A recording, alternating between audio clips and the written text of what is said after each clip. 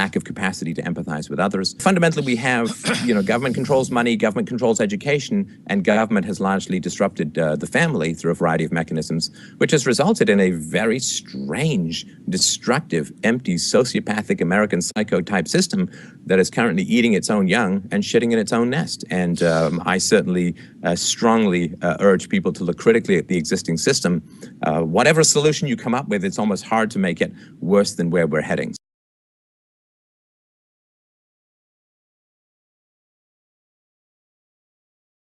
The market necessity of competition, self-preservation, differential advantage, and self-interest does not and would never stop at the traditionally assumed edge of the market board game, if you will, where the referees stand. It's like having a football game and assuming everyone's going to stay within the lines. It's not like that when you consider what's at risk. The state and its creation and its use as a tool for differential advantage is simply another strategy or tool in the gaming strategy of competition. Now, even if you reset everything right now, including a lot of the central bank issues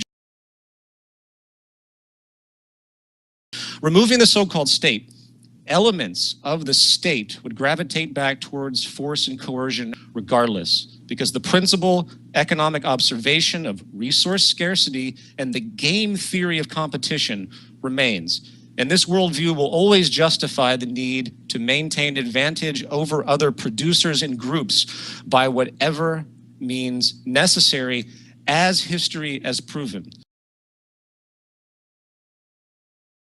Moral, ethical assumptions that stand in contrast to the psychology inherent and generated by the operant reinforcers of a given social structure simply will not endure over time. In other words, it's a psychological law of human adaptation that we will behave and game in accord with what is actually serving our interest most effectively in any given social order, especially when it comes to our survival and quality of life. It's fundamental operant conditioning. In other words, if you have a society that isn't structurally reinforcing the idealized behavior, it's not going to prevail as dominant.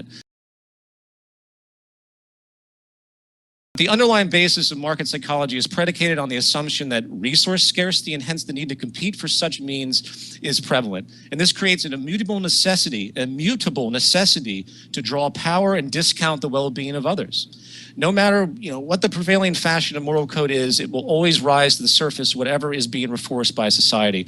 In other words, a free society based on true human equality is actually impossible because the psychological reinforcers are not there at all.